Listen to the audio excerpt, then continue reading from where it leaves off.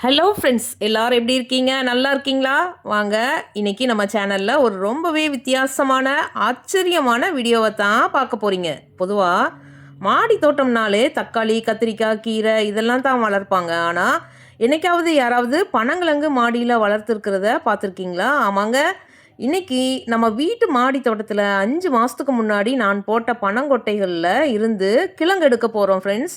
இது சாத்தியமானு நிறைய பேர் கேட்டாங்க. இதோ இன்னைக்கு அறுவடை செஞ்சு காட்ட போகிறேன். வீடியோவை ஸ்கிப் பண்ணாமல் பாருங்கள், கடைசி வரைக்கும் பாருங்கள். இதில் நிறையா டிப்ஸு உங்களுக்கு சொல்லியிருக்கேன். பனங்கிழங்குனாவே அதுக்கு பெரிய இடம் வேணும், ஆழமான மண் வேணும்னு நினைப்போம். ஆனால் நம்மக்கிட்ட இருக்கிற பழைய பொருட்களை வச்சே இதை செய்ய முடியும்.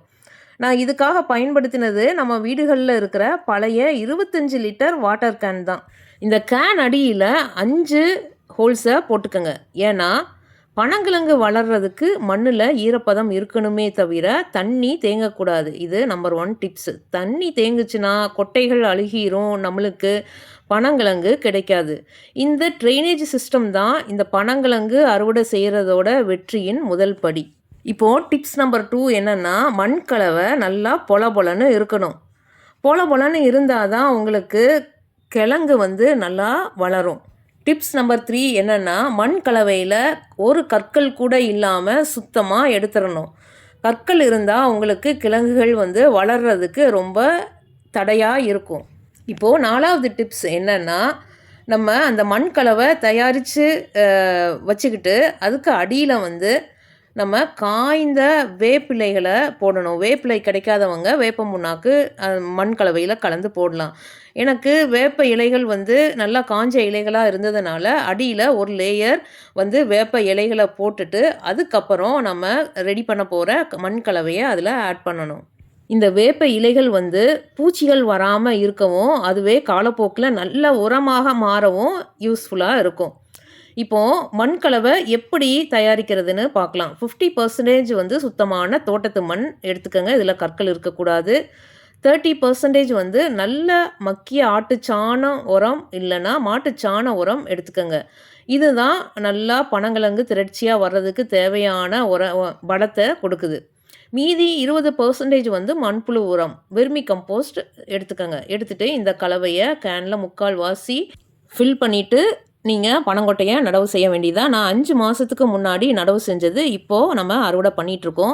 ஃபஸ்ட்டு வேப்பிலை, காஞ்ச வேப்பிலை ஒரு லேயரும், அதுக்கப்புறம் நம்ம ரெடி பண்ணி வச்சுருக்க மண் கலவையும் போட்டு பனங்கொட்டையை நம்ம நடவு செஞ்ச 5வது மாதம் நம்ம இப்போது அறுவடை பண்ணுறோம். ஏற்கனவே நான் நடவு செஞ்ச வீடியோ உங்களுக்கு நான் கீழே கொடுக்குறேன். அந்த வீடியோவை நீங்களும் பார்த்து நீங்களும் அது மாதிரி நடவு செய்யலாம்.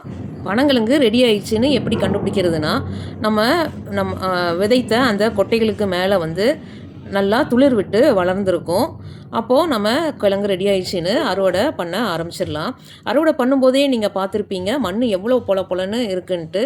ஸோ கற்கள் இல்லாத மாதிரி அந்த மாதிரி பொல பொலன்னு இருந்துச்சுன்னா உங்களுக்கு கிழங்குகளும் நல்லா திரட்சியாக விளைஞ்சிருக்கும்.